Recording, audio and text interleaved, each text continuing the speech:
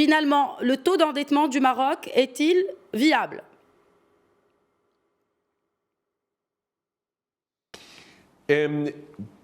Sur notre estimation, oui, c'est soutenable et viable. Et on part de ça vient de la crédibilité des institutions macroéconomiques, la Banque centrale, la gestion financière fiscale du côté du ministère des Finances, du Trésor.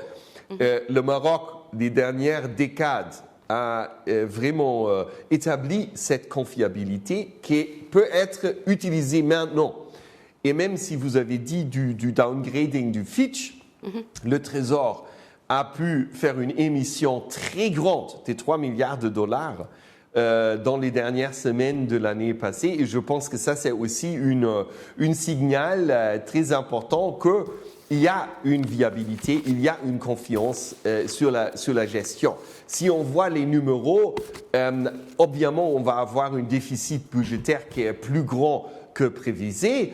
Donc, 7, quelques pourcents pour l'année dernière et peut-être 7% pour cette année. Et c'est une augmentation de 3,4% du déficit qu'on avait avant. Mais c'est aussi quelque chose qui est normal, je dirais, dans les temps qui ne sont pas normaux. Absolument. On a une crise, une récession de cette magnitude. C'est absolument important d'avoir une injection aussi de demande du côté fiscal. C'est absolument normal que les revenus ils sont en train de baisser et les demandes sur les dépenses qu'ils augmentent.